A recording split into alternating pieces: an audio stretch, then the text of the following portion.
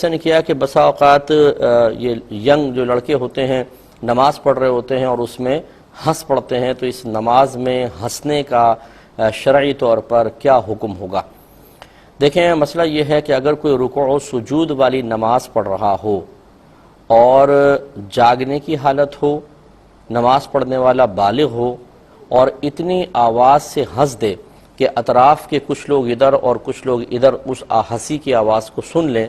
جس کو شرعی اعتبار سے قہقہہ کہتے ہیں، تو اس شخص کی نماز بھی ٹوٹ جائے گی اور وضو بھی ختم ہو جائے گا، طہارت بھی زائل ہو جائے گی۔ اب اس کو دوبارہ جا کے وضو کرنا ہوگا، پھر نئے سرے سے نماز پڑھنی ہوگی، کیونکہ نبی کریم صلی اللہ علیہ وسلم ایک مرتبہ صحابہ کرام کو نماز پڑھا رہے تھے، تو پیچھے کچھ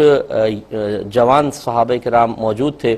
تو ایک نابینا صحابی تشریف لائے اور ان کو نظر نہ آیا، مطلب بعض نے لکھا ہے کہ نظر کم تھی، بہت ہی کم تھی، بعض نے نابینا بھی لکھا ہے، تو وہ کنویں کی منڈیر نہیں تھی، وہ آئے اس کنویں کے اندر گر گئے، تو بے اختیار جو پیچھے والے لوگ تھے جو جن کے نگاہوں کے دائرے میں وہ آ رہے تھے، وہ اس منظر کو دیکھ کر اچانک ہنس پڑے، بے اختیار ہنسی نکل گئی۔ جب نماز سے فارغ ہوئے تو نبی کریم صلی اللہ علیہ وسلم نے ارشاد فرمایا کہ جس کی ہنسی کی آواز نکلی اسے چاہیے کہ وہ دوبارہ جا کے وضو کرے اور نئے سرے سے نماز پڑھے۔ اس لیے پھر فقہاء نے قیودات بیان کی کہ وہ رکوع سجود والی نماز تھی، وہ پیچھے جن کے قہقہ نکلے تھے وہ بالغ لوگ تھے، حالت جاگنے کی تھی اور اتنی آواز سے قہقہ تھا کہ سرکار تک آواز پہنچ گئی، لہذا جب یہ تمام چیزیں مجتمع ہوں گی تو نماز کے ساتھ ساتھ طہارت بھی زائل ہو جائے گی۔ لیکن اگر کوئی اور نماز ہو، مثال کے طور پر نماز جنازہ میں اگر کوئی ہنس پڑا ہے، تو چونکہ یہ نبی کریم صلی اللہ علیہ وسلم نے حکم صرف رکوع سجود والی نماز کے سلسلے میں ارشاد فرمایا اور عقلاً جو ہے وہ مطلب بات سمجھ میں نہیں آتی ہے کہ ہنسی سے طہارت کے زائل ہونے کا کیا تعلق ہے۔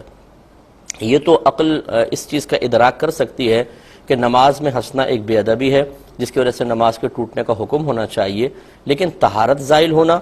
کیونکہ طہارت زائل ہوتی ہے نجاست کے خروج کی وجہ سے، اور قہقہہ کوئی نجاست تو نہیں ہے، لیکن چونکہ ہمارے آقا صلی اللہ علیہ وسلم نے خلاف قیاس نماز ٹوٹنے کا کے ساتھ ساتھ طہارت کے زوال کا بھی حکم ارشاد فرمایا، لہٰذا جب اس طرح کا ایک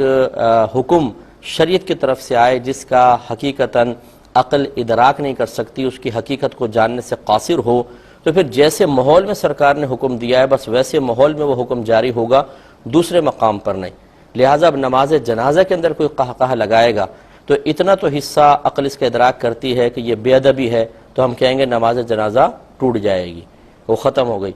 لیکن طہارت کے زوال کا حکم اس لیے نہیں دیں گے کہ نبی کریم صلی اللہ علیہ وسلم نے یہ بظاہر اس کو خلاف عقل حکم کہتے ہیں یا غیر معقول حکم کہتے ہیں، یہ سرکار نے رکوع سجود والی نماز کے ساتھ خاص فرمایا تھا، لہٰذا ہم یہ کہیں گے کہ باقی جیسے آپ نارمل حالت میں بیٹھے ہیں، باوضو ہیں، قہقہ لگا دیا، تو یہ رکوع سجود والی نماز میں تو نہیں ہے، تو نہیں جائے گا، یعنی نماز فاسد نہیں ہوگی، وضو طہارت زائل نہیں ہوگی۔ اسی طرح نماز جنازہ میں نماز ٹوٹ جائے گی، طہارت زائل نہیں ہوگی۔ امید ہے کہ مسئلہ سمجھ گئے ہوں گے۔